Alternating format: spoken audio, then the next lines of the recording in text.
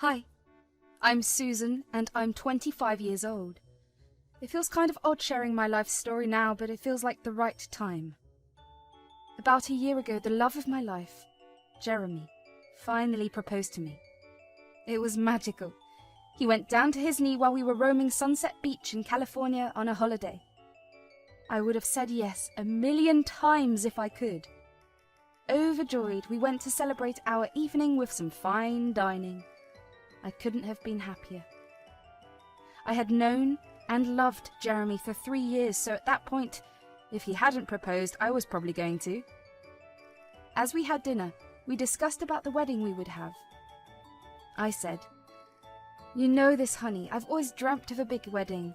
All of my family with all of yours. It's going to be so dreamy." Calm down, Susie. Let's take our time with this, yeah? We need to plan the money first. You know, nothing works without it. He laughed it off, but I was way too excited for us. There was also a big secret in the making that I wanted to keep from Jeremy until I was certain. I knew once he found out, he'd be over the moon with happiness. But all things have a time, so until then, I was keeping it quiet. Slowly the days rolled into months. I bought myself the perfect wedding dress and started picking out the venues with him. We'd spend our weekends driving around town. We'd go to cathedrals, small churches, and so many other places that it would leave us no time for anything else. I'm the organised type, so I was keeping a list of every single thing. The type of flowers we'd have, the dress code, food, everything. But in all of this, we forgot maybe the most important detail: meeting our families. I wanted to wait until everything about the wedding was fixed, but Jeremy wanted me to meet his mother.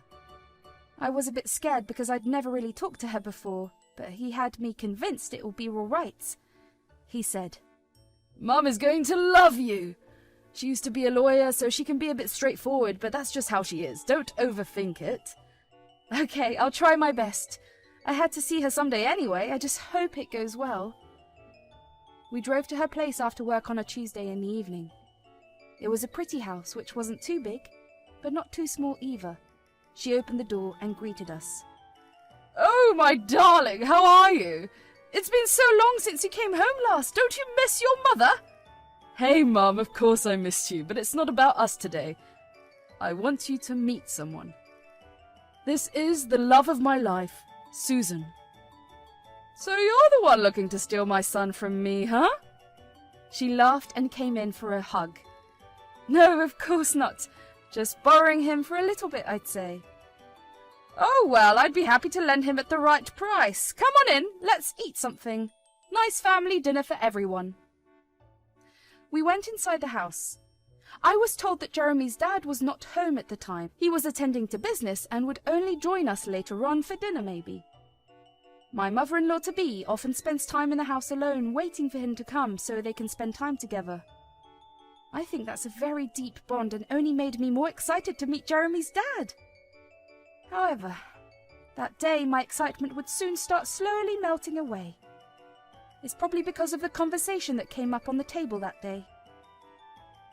To me, Cynthia seems a bit too old school, and I'm trying to be respectable here because that's not a term anyone else would use. I remember how she brought this up. She asked me, "So, Susan, I was just wondering, how much do you usually make in a year?" The question took me aback. Why was she asking about my salary out of the blue?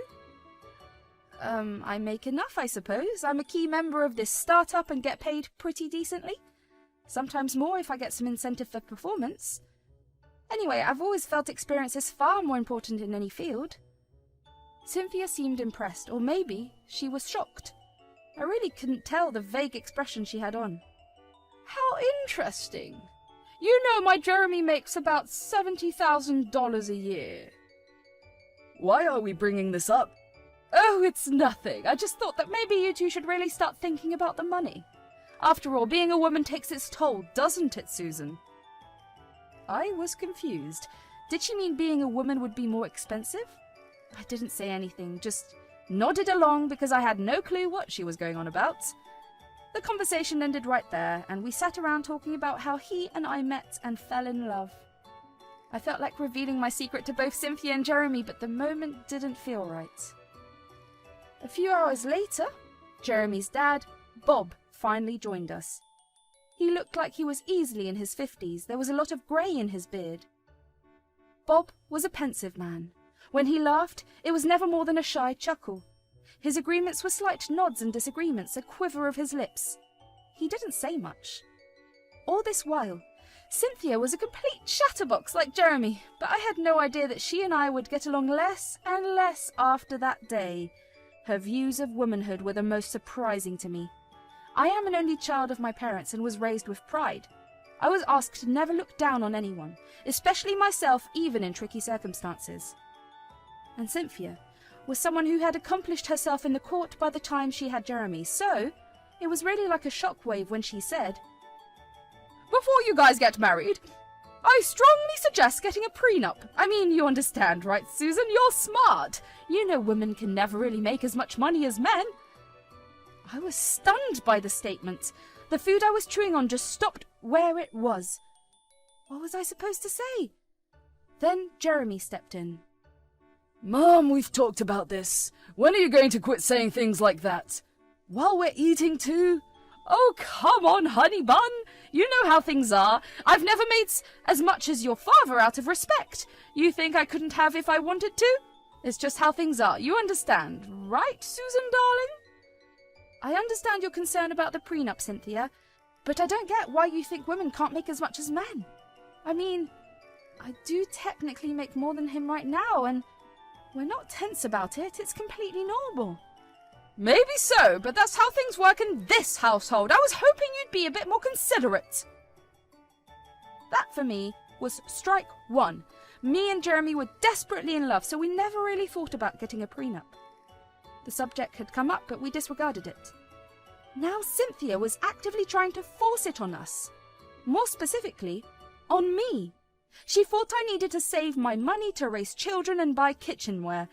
I was sure there was more to it than she let on. Slowly, we kept having more and more conversations like this one. It was all a bit scary because the day of the wedding was coming closer.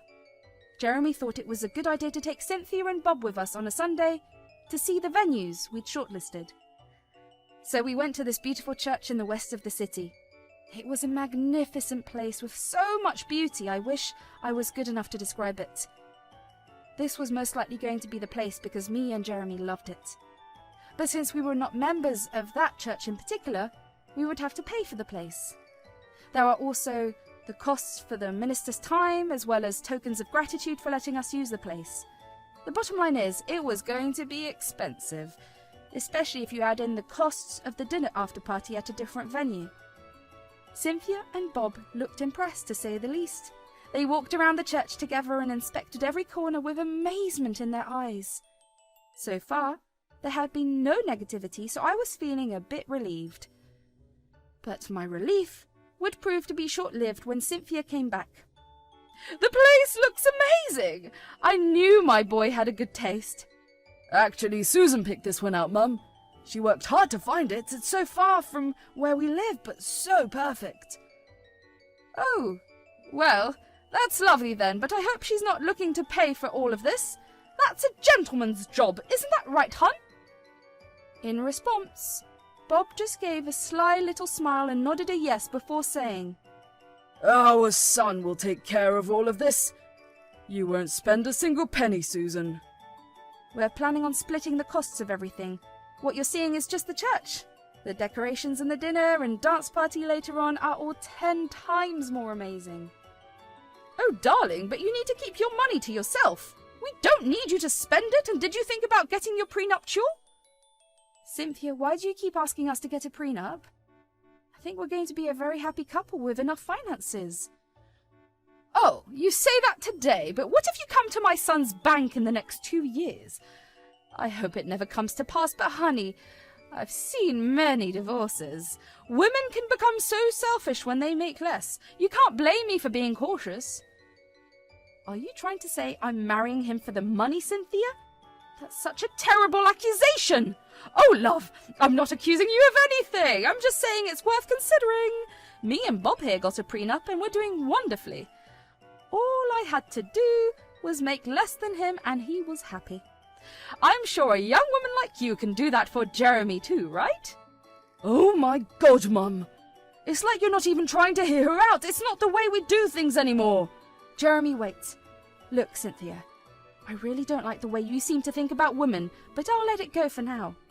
I'm sure we can talk about it at home, and about the prenups. If it matters to you that much, we'll give it some thought, okay? Does that make you happy?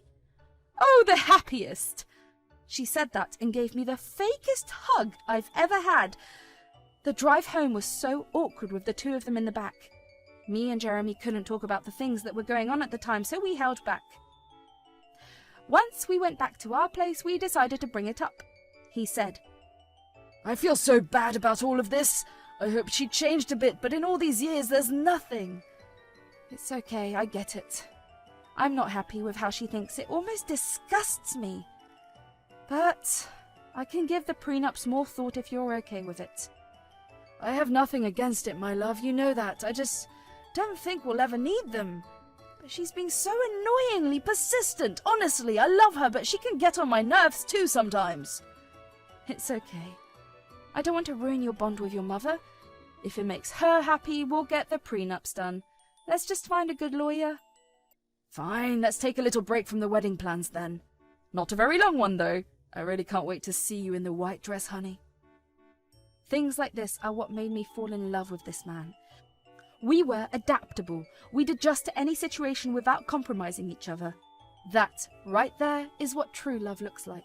So we took some time from work and got our prenup agreement straight. He would keep what's his, and I would keep what's mine if things were to ever go sideways.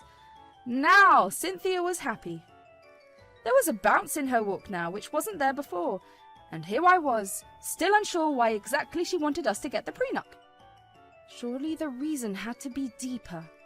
It would all come clean to me when we decided to spend a night with Jeremy's parents. The night was great. We had a barbecue and danced around. Cynthia didn't bring up anything negative the whole time. Honestly, I felt like the storm had blown over. Jeremy had to go to work the next morning, but I had an off, so I was still in bed that morning.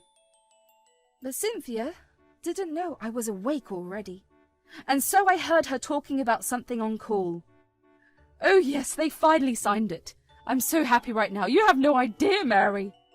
Mary was Jeremy's aunt and her sister. I couldn't believe she was already spreading the news all over the place. I don't know about this girl. I mean, she seems nice and decent, but come on, you know Jeremy, he's too innocent. Never really learned how to grow up and look out for himself. And honestly, he can do so much better than her, I swear. I was shattered. I knew she was a bit strange, but this... Jeremy loved me with all his heart. Why would she even say something like that? I'd done nothing to hurt him in all the time we'd been together. I didn't make a sound, though. The bedroom door was slightly open and I kept hearing the conversation as she passed around the hall doing chores. Oh, please, Mary, stop taking her side. You haven't even met her. You'll see what I'm talking about when you meet her. And one day, Jeremy will see too. And then he's going to want to divorce her, and then what? She would have taken everything we have! I almost felt like crying. Even Mary seemed like she was being a bit more humane at the time, and she didn't even know me. How could a stranger understand you better than your mother-in-law? It was heartbreaking. Look, don't tell anyone, okay? The thing is, Bob's getting old and tired now, you know it. He just wants to sit in a chair and sleep all day if he can. He wants to give the business to Jeremy to handle. All of it. It's not like we have another son, right? We were just scared that this random woman he fell in love with would take all the money from him. I mean, why wouldn't she? If she wants to make more money than him, why wouldn't she think of just taking all he has? What was even going on? Why would I take his money? I had enough of my own. At that moment, I began truly despising her for the way she thought. It was as if every woman was her son's enemy for her. Suddenly, the reasons for her wanting a prenup had become so clear. This was why she wanted to keep me submissive. It all just made sense. I couldn't take all the information and tears began rolling down my face. I made sure she wouldn't hear me, though. It was a tough time, but I powered through anyway. And more importantly, Cynthia wasn't the only one with a secret. The thing is, I'd been working with my startup for a few years now. I saw its initial days and helped expand it to so many states. Now, our current CEO, Edgar, was stepping down because he wanted to jumpstart his own separate venture. And he thought it best for me to take up the position instead. I'd been unsure about taking it up so far, but now I was sure. And that's the news I had to break to Jeremy, and oh boy, I will. Just in a way no one would have expected. And so it began. The wedding day was going to be upon us soon. I had big plans and I wanted Jeremy to be a part of them, but I wasn't going to tell him everything. He had to know about the promotion first, though, so when we were alone at our place, I decided to tell him. Hey, hun, I think there's something you should know. Okay, what is it? Is it about my mum? No, it's not. It's about me. About us. Jeremy sat down on a chair with a worried face. He probably thought it was bad news by the way things were going between me and his mum. I couldn't wait to turn that frown upside down. So you remember how I told you this one time that Edgar kind of wanted to start his own thing? Your boss, Edgar? Yeah, I think you did. It was a while ago, though, like almost a year ago. Yes, it was. Well, he's going to leave us. He's got everything planned out for his next move, and I sat down next to him. Someone needs to fill in his position, and he wants it to be me. What? Are you serious? He looked amazed and shocked at the same time. I couldn't contain my joy. Yes, honey, it's a big promotion. Oh my God, I'm so proud of you. And we embraced for what felt like hours. I was so happy to have someone so happy and excited for me. It was nothing short of a blessing. Things started being smooth between me and Cynthia. But it was like the calm before the storm. She would give me looks and say things like, "Don't you ever worry, Susan. If you ever get fired or want to quit your job for your kids, we'll keep you happy." Which always infuriated me, but I didn't strike back too hard at her. I'd keep my composure until it was time. When the day was finally upon us, we made sure we invited everyone. My parents, his, and my work friends. Yes, that included Edgar as well. He was an old but gentle man with blue eyes. Edgar had a son who was about my age, and he'd brought his whole family with him to the wedding. The church was adorned beautifully. The flowers, the dress, and the decorations were all handpicked by the two of us. We didn't get a chance to talk much during the ceremony, but it was during the after-party that Cynthia's mind was blown away. We were standing around greeting everyone when Cynthia and Bob arrived straight from the church. "Oh, darling, you look so beautiful. I can't believe it." "And you too, Susan. Everything was so perfect. I knew my son wouldn't be a cheapskate when it comes to big celebrations. Oh, I'm so proud." Actually, I didn't pay for anything, Mum, but thanks, I appreciate the gesture. What do you mean you didn't pay? So you went with the split? No, not that either. Susan paid for everything. There is no way! Even at your salary, you couldn't have afforded this, darling. Where did this money come from? Actually, Cynthia, I quit my job. I have another job now. What? Another job? It was right then that I saw Edgar and his family walk in. Everything was working perfectly. I went to get Edgar so he could meet my in-laws. This is Edgar. Edgar, these are my in-laws, Cynthia and Bob. Oh, hello. Bob, I've heard you're a businessman too. How proud are you of having this one around? He said, looking at me and laughing. Oh, very. I assume you're a businessman too, then. Ah, yes, I used to be her boss. Used to be? Yeah, Susan, you haven't told them about it? I thought they would know by now. I was just going to, actually, but I thought it would be better if you did the honours. Nobody likes singing their praise, Edgar. He laughs and nods his head. He's always been a jolly man. Oh, well, then let me break it to you then. Susan is now CEO of the company a bunch of us started 5 years ago. I think she'll bring great success to it in my absence, especially with all of you supporting her. I've been so glad to be invited to the wedding. My son's getting married too in a few months. Susan's entire family will always be on the guest list, okay? Of course, we'll all be there. Good. Now I'll let you guys be. With that, Edgar left to join his family for dinner, and the effect was as expected. Cynthia and Bob had their jaws on the floor for a good minute. Why didn't you tell us, love? Exactly, I didn't even know you were conducting such great business. I just wanted it to be a surprise, and if you've been wondering, that's how I paid for everything. Unbelievable!